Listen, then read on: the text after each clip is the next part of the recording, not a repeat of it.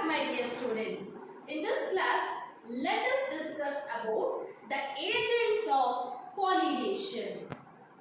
That means, what are the factors which help in the process of pollination? See, the agents or factors are of two types.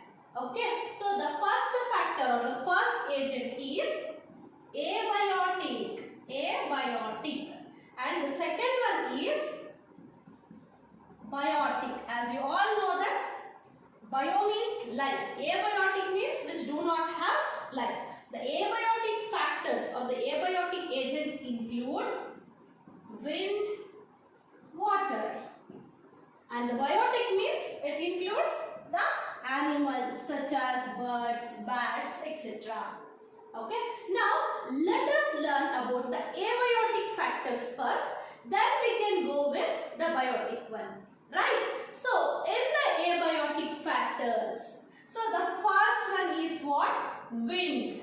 Right. So this wind pollinated flowers are also known as anemophilous.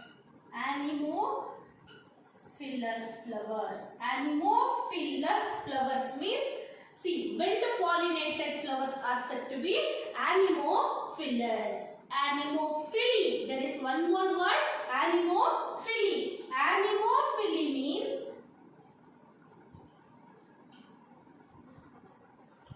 the process of wind pollination or the pollination by wind is known as what? Anemophily. Okay. Now let us have a look at the characteristics of this anemophilous flowers. Okay. Let us have a look at the characteristics of anemophilous flowers. The first character is lightweight pollen grain.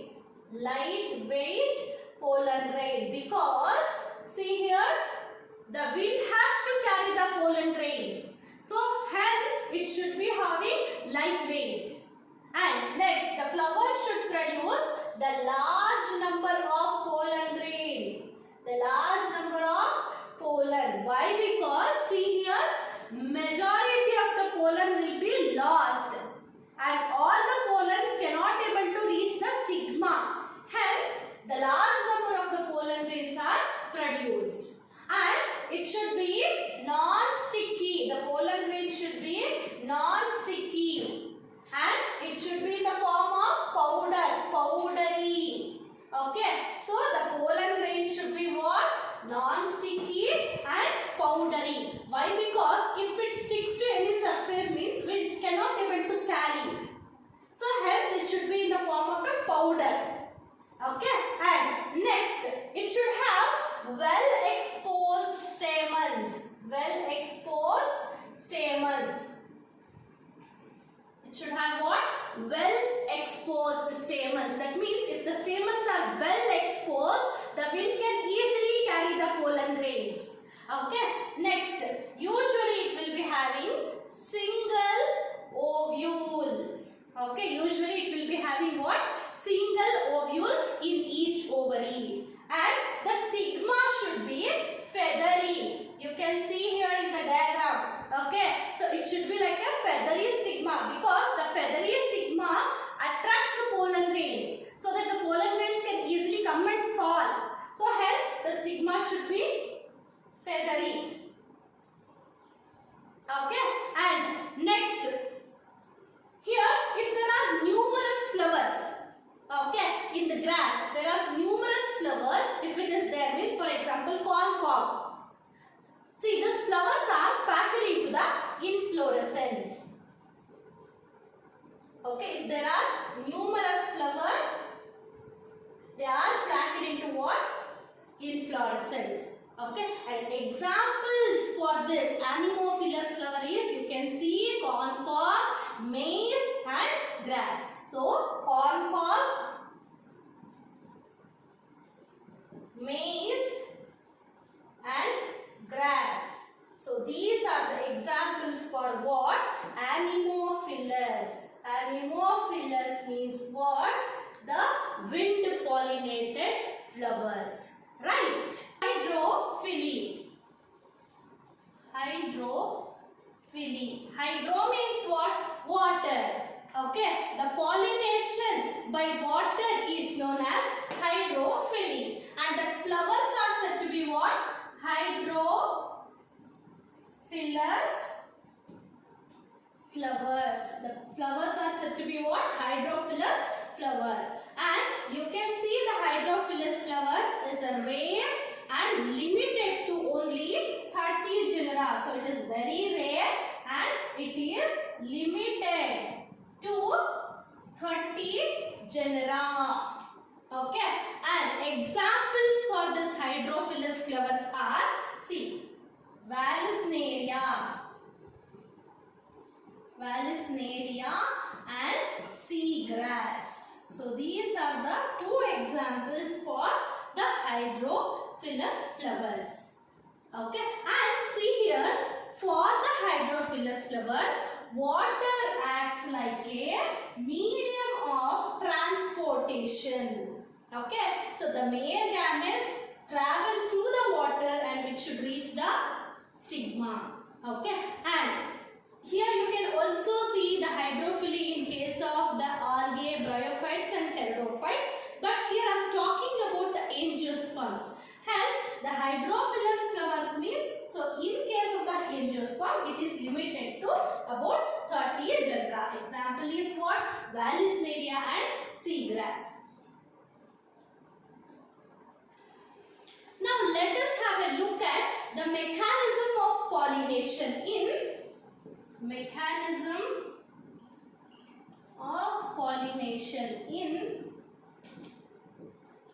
Vallisneria as well as seagrass. Now let us have a look at Vallisneria first. So Vallisneria. Say in case of Vallisneria, the female flowers, they have a long stalk. They have what? Long stalk. You can see here. So female flower is having what? Long stalk, and see here, it is on the surface of the water. That is on the surface of water. Okay, and the male flowers, okay, they releases the pollen grains on the surface of the water itself. Okay, and that is carried by water current, the male gametes. So it is carried by what? The water current. So this is how the pollination takes place in case of what? Vallisneria. Okay, so the female flower has a long stalk and that is on a surface of the water the female flower will be present. And the male flower bears the pollen grains and that will be released to the water itself and it will reach the surface of the water by water currents. So this is in case of Vallisneria. Now let me talk about the seagrass. See, in case of seagrass, the female flowers are submerged. You can see. Okay, in case of the seagrass, the female flowers are what? Submerged.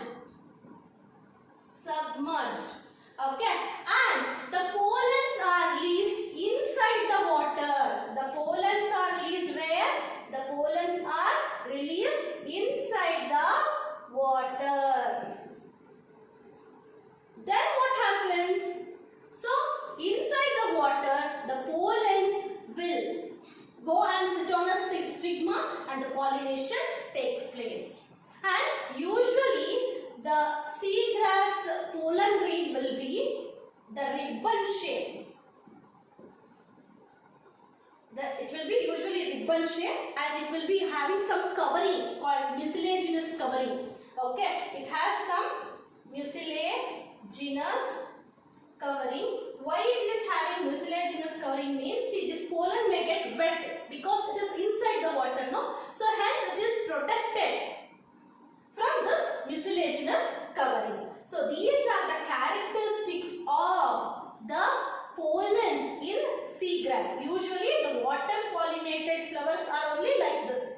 Okay, so this is the mechanism of pollination in case of Vallisneria and seagrass. See, this can be asked for 2 marks. Explain the mechanism of pollination in Vallisneria and seagrass. Right?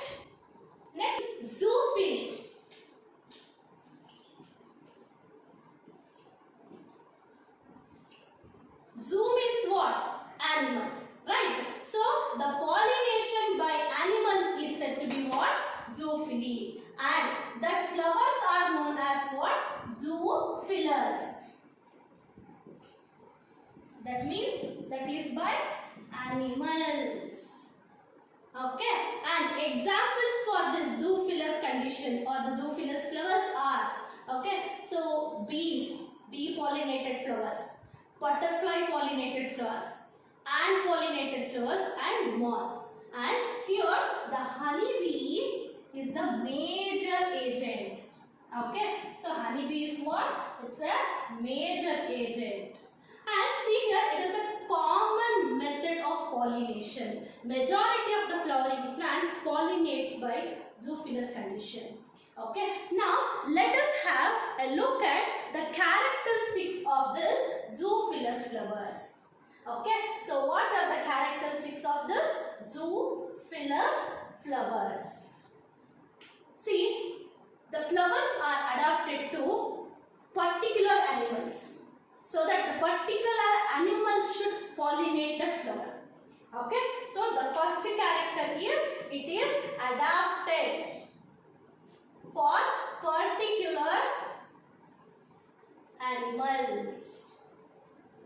Next, see, usually the flowers are large. The flowers are what? Large, and they are colorful. Why? Because it has to attract the animals, no? Hence, it is large, colorful, and it is having fragrance. Why? Because again to attract. Next, see, it is rich in nectar. Okay, why? Because the animals will get attracted only because of the nectar, especially honeybee. Okay, so it is rich in what? Nectar. So this is the rewards actually. It is given by the plants to the bees for the pollination process. Okay, and there are some flowers, and you can also see it secretes some foul odor. Okay, and even that foul odor will attract some beetles. Okay, so the beetle pollinated flower which will secrete what? Foul odor. That means bad smell. Okay, and if there are small flowers, so it will be clustered to form inflorescence again. Okay, so if there are small flowers, the small flowers will be clustered. Okay, and coming to the pollen grains, the pollen grains should be sticky. The pollen grains should be what? Pollen should be sticky in nature. Why? Because see, the pollen should stick to the mouth part of the insect, so that the insect will come and sit into another flower, means so that pollen grains will be carried from the mouth of the insect. So if the pollen grain sticks to the insect mouth part, so that same insect will go and pollinate another flower. That means they will come and sit in the another flower. So to the another flower, that pollen grains will fall, so that the pollination takes place. Right? So hence the pollen grains in case of the zoophilus flower should be sticky. Okay, so these are the characteristics of the zoophilus flowers. Now let us talk about the relationship between the flowers and moths.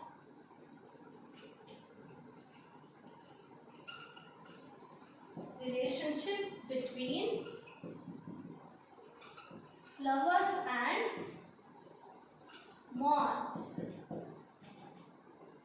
See, this kind of relationship is called mutual relationship. Let me explain you how mutual relationship works. See, if I borrow a pen from you, okay, and if I give pencil in return to you, so we both are in what? Mutual relationship. That means I am giving something to you, in return I am expecting different thing from you. Right? So this is known as what? Mutual relationship. In the same way, the flowers as well as moths, they will share and exchange certain things.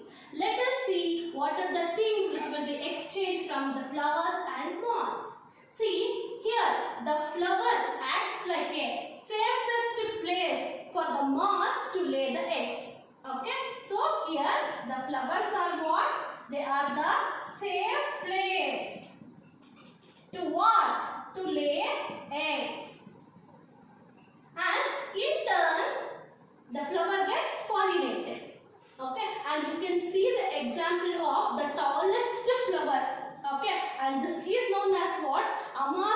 Amorphophallus. Keep a note on it. The tallest flower is known as what?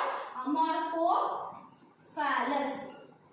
And it can vary up to 6 feet. That means it will grow up to 6 feet and it's a flower.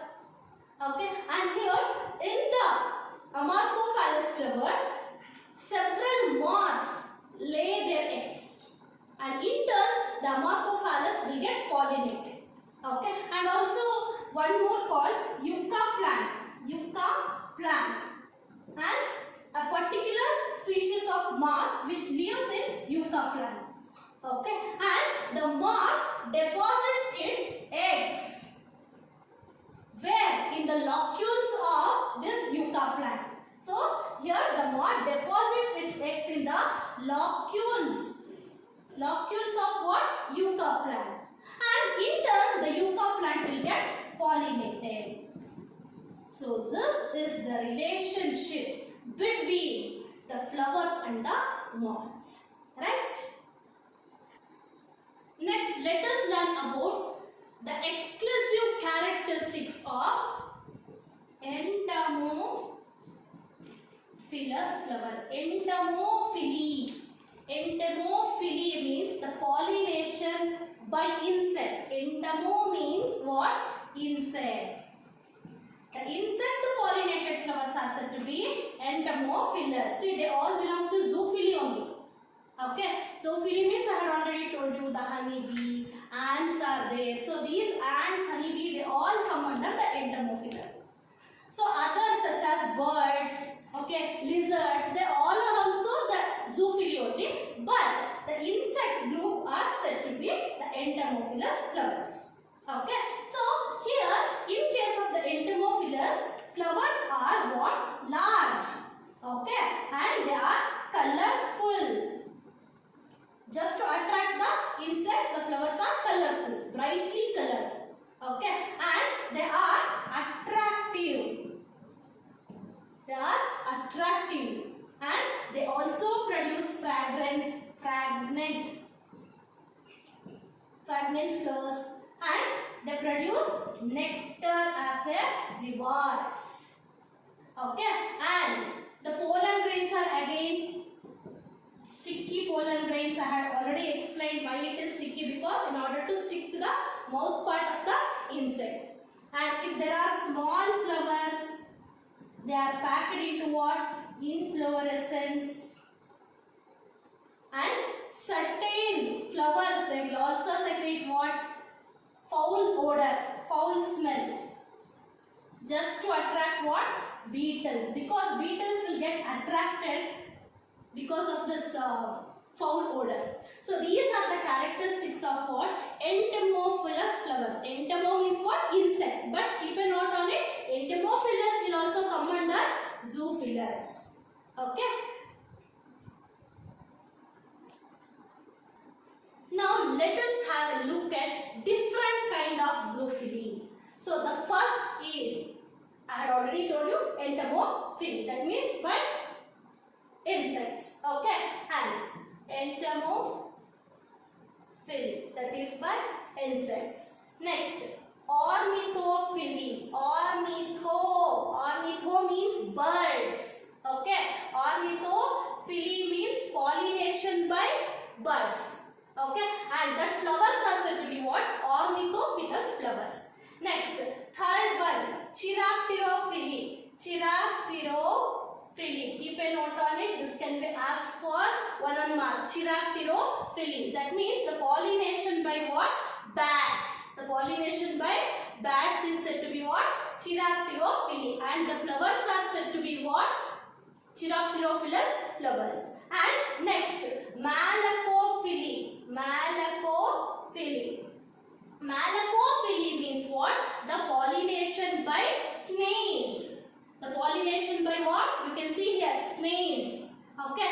And another, Myrmecophily. Myrmecophily. Myrmecophily means nothing else but the pollination by ants.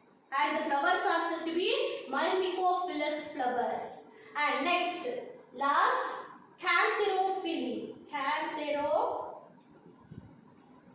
Cantherophily means the beetle. And the flowers are said to be what? Canthrophilous flowers. Hope you have understood. Entomophily means what? Pollination by insects. Okay. Ornitho means what? That is by birds. And Chiropterophily means what? Bats. And Malacophily means what? That is snails. Myrmecophily means what? That is by ants. And Canthrophily means what? That is by beetles. See, this can be asked for 1 mark, and for 2 marks they may ask you what are the characteristics of entomophilous flowers, what are the characteristics of anemophilous flowers, and what are the characteristics of hydrophilous flowers. So this is about the agents of pollination. Hope you have understood. Thank you for listening.